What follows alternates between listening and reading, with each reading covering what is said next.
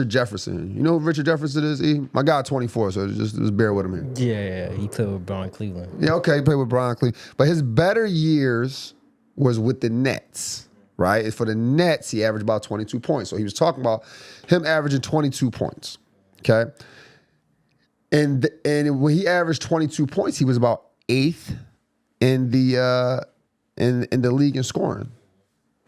Now 22 points to get you all the way down to about 20th. Average about 22 points. Let's see. Let's see where. If you average 22 points today, right, E? Let's see. Look it up. All right. So you average about 22 points today. You talking about maybe you probably in the 20th spot? You probably 24th spot. So basically what he was saying was how much the game has evolved, how much the game advanced. But he also said in order to get the game back to where it was when he played, you got to add some more defense. So which means you got to add some more physicality, right? So when it comes to the physicality part, I agree. I totally agree. Like, I'm an advocate for these young guys who playing and because I understand it is challenging. I understand that some of the stuff that they're doing is unmatched. I understand that it is next level. So I'm on these young guys' sides 100%. But I do agree with some of the fans when they say the defense is too soft.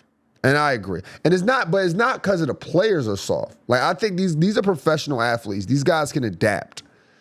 I think it's more about the refs.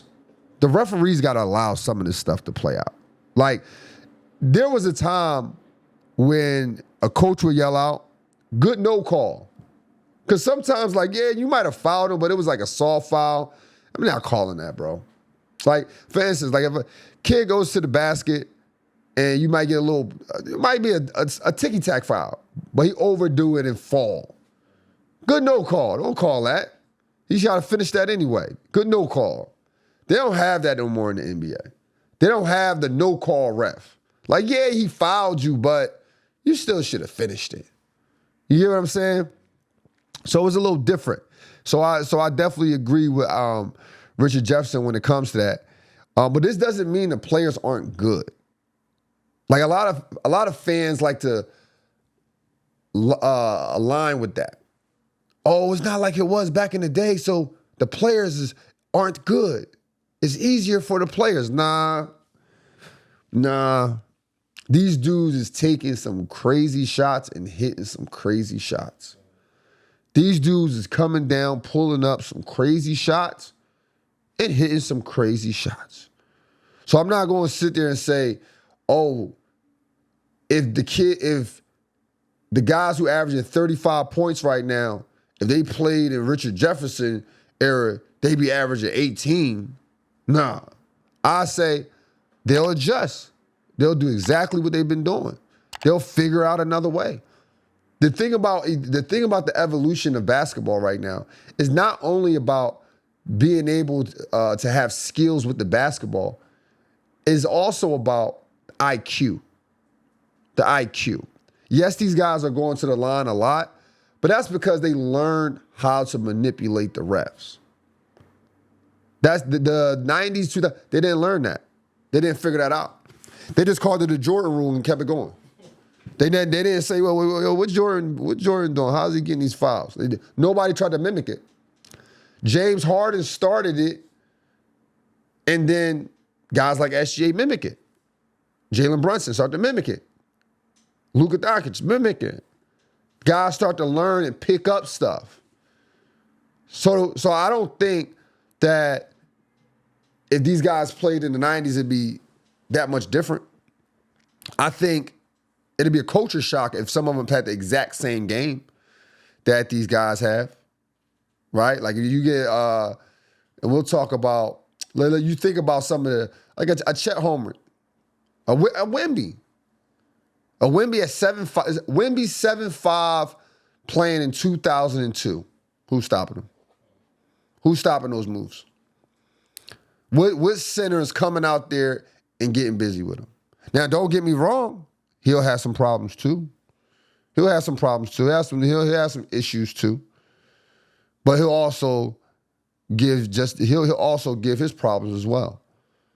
So when I look at it, yeah, the game has evolved.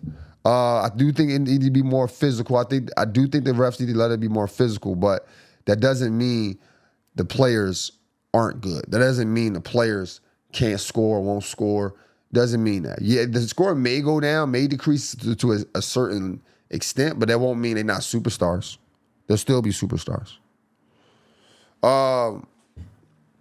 You know what, man?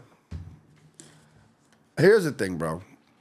You know the biggest thing online, like when they have, and I don't want to make this like a LeBron thing. What's up? Before you get to that, I do have a question for you, or two questions for you. Moving on from that, what do you think is more valuable? Yo, you gotta put the mic up. My fault. There you go. What do you think? What do you think is more valuable, consistency or dominance in today's league? What's more valuable, consistency or dominance? I'll say this. I think right now dominance is more valued in today's basketball. We live in a what have you done for me lately, right? And people love a snapshot of the career versus the full career.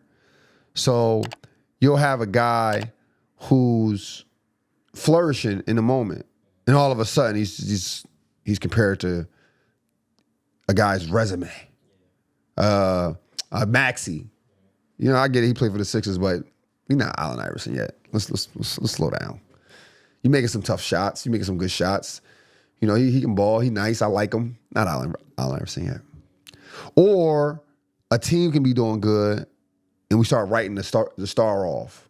Like, we start writing the person off who got us, like, eyeballs on the team. Trae Young, right? I question how he's going to fit in, but I don't think he's not going to fit in. People be like, oh, trade him. Just trade him. After he's been consistent all these years, right?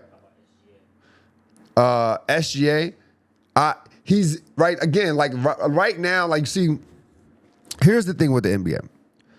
Right now with the NBA, there's been a new winner every year, right? Having a new winner every year tells me SGA could win this year because of the flow they in now, or he might not win, right? And what if he doesn't win again? We doing all this talking and all this, oh, he's so good. You gotta let guys develop. Like he been really good for the last 4 years, right? But the guys we compare him to, like a Kobe, we talking about a guy who been good from 19. Like let's be real. We expected something out of Kobe, even though he was the 13th pick. He came off the bench. I say Kobe came into his own about 98. You talking about a dude who retired 2016, last game, scored 60. Talking about a guy who been good for 18 years. SJ been good for 4, 5. So I don't think consistency is valued as much as it should be. It's almost taken for granted because we consume basketball how we consume music, right? Back in the day when music, if Jay-Z dropped the album, he dropped this album and we played it from they always drop the best artists on the label typically drop the fourth quarter, right? In between September and December, right? To pick up to recoup the money they missed on a newer artist. Jay-Z will drop an album and it'll last for a year. He'll do shows, all that stuff. It's played on the radio. That same album. He only had to do one album a year. Same thing with basketball, right? If Jason Kidd got a triple-double, it was like an uproar. Sports Center, this is again breaking news. Jason Kidd triple-double, fourth of the season is an uproar. He could be the greatest point guard of all time. Now, everybody gets a triple-double. We just write it off. Oh, triple-double. Okay, cool. So when we see a guy like SGA and everybody's hyping it, and he's not overhyped, by the way. He's not overrated, by the way. But we see it, and then we're like, oh, he could be better than Kobe. He could be better. Nah, let's calm down. Let's relax. Kobe did it for almost 20 years at a high clip. He ain't that yet. Oh, Jokic, he better than Shaq. Okay, let's yes, skill-wise, yes, I agree. But Shaq was like dominant. 3 championships, dominant. Young guy in the finals playing against the Rockets, dominant. Let's slow down. You get what I'm saying? So I think like today's society, they appreciate dominance in the moment versus consistency over years. And it's understandable though. I get it. I totally get it. Because when you was growing up, we had one to 4 outlets to watch basketball. And then you had to watch it when it was on. There wasn't no highlights. It wasn't no YouTube. It wasn't no social media. It wasn't none of that. You had to literally watch, so your time was precious. It was valuable. So you wouldn't waste time missing the games. That time you had to wait for Shaq to score 30, 40 points, you had to sit and watch that. You had to watch it. You started to get comfortable with the announcers, Hubie Brown and all these guys, when they was announcers or whatnot. You started to get comfortable with the announcers, the assistant coaches, all that stuff. So you was more invested, is what I'm trying to say. You was more invested back in the day. Earlier you mentioned how there's been a new champion every year. Right. What's one team that you think is one piece away to being a real title contender? You know who I think? One team I can say, and this is because Giannis is on a block right now. I'll say Miami. I think Miami. If Miami can pull off a Giannis and don't lose a lot of people.